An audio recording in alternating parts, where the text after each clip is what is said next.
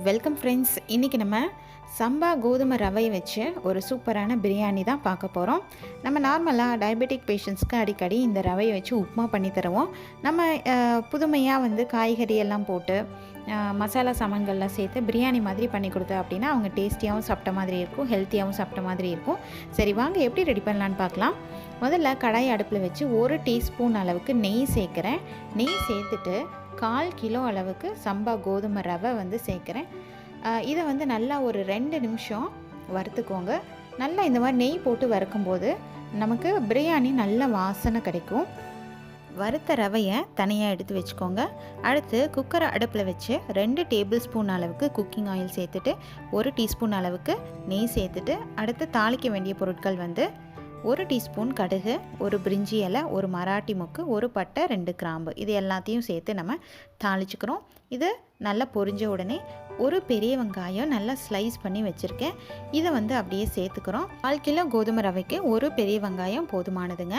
இதை நல்லா பச்சை வாசனை போக நல்லா வதக்கிக்கோங்க. இது பச்சை வாசனை போகலை அப்படின்னா அந்த டேஸ்ட்டே மாறிடும். இப்போ ஒரே ஒரு பச்சை மிளகாய் சேர்க்குறேன். நம்ம திரும்ப மிளகாத்தூள் சேர்க்க போகிறோம். அதனால் 1 பச்சை மிளகாய் போதுமானது. உங்களுக்கு தேவைப்பட்டால் இன்னொன்று கூட சேர்த்துக்கலாம். இதை நல்லா வதக்கிட்டு அதுக்கப்புறம் நம்ம இஞ்சி பூண்டு பேஸ்ட்டு சேர்க்க போகிறோம். இது 1/2 டீஸ்பூன் அளவுக்கு இஞ்சி பூண்டு பேஸ்ட்டு சேர்த்துக்கலாம். இதையும் நல்லா வதக்கிட்டு அடுத்து ஒரு கொத்து கருவேப்பிலை சேர்த்துக்கோங்க. இதையும் நல்லா வதக்கிக்கோங்க.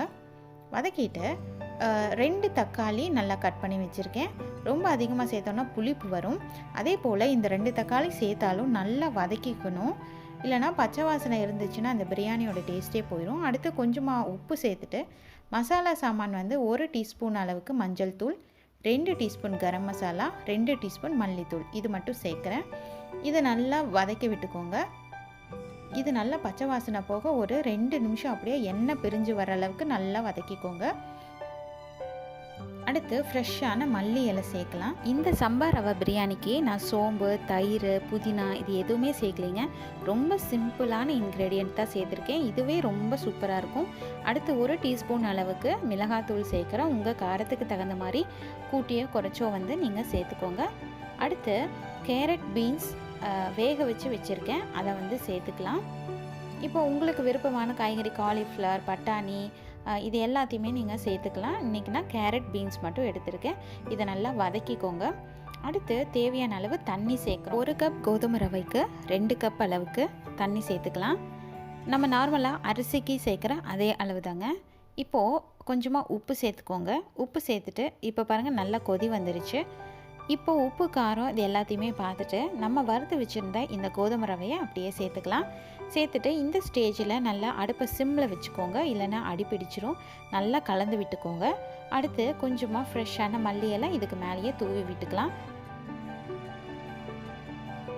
இந்த மாதிரி தூவி விட்டுட்டு இப்போ பாருங்கள் ஓரளவுக்கு பாதி வெந்துருச்சு. இந்த ஸ்டேஜில் நம்ம மூடி போட்டு மூடி வச்சிடலாம். என்னோடய குக்கருக்கு 1 விசில் விட்டாவே நல்லா வெந்துருங்க. இப்போ பாருங்கள் நல்லா வெந்துருச்சு. பாருங்கள் நல்லா பலன்னு நல்லா வெந்து வந்திருக்கு பாருங்கள். சம்பா கோதுமை ரவை பிரியாணி நமக்கு சூப்பராக ரெடி ஆயிடுச்சு பாருங்கள். சுகர் பேஷண்ட்ஸ்க்கு உப்புமா மட்டுமே பண்ணி தராமல் இந்த மாதிரி பிரியாணியாக பண்ணி கொடுங்க. அவங்க ரொம்ப டேஸ்டியாக சாப்பிட்ட மாதிரி இருக்கும். குழந்தைங்களும் ரொம்ப விரும்பி சாப்பிடக்கூடிய இந்த பிரியாணியை நீங்களும் வீட்டில் ட்ரை பண்ணி பாருங்கள் ஃப்ரெண்ட்ஸ். என்னோடய வீடியோவை பார்த்ததுக்கு ரொம்பவே நன்றி.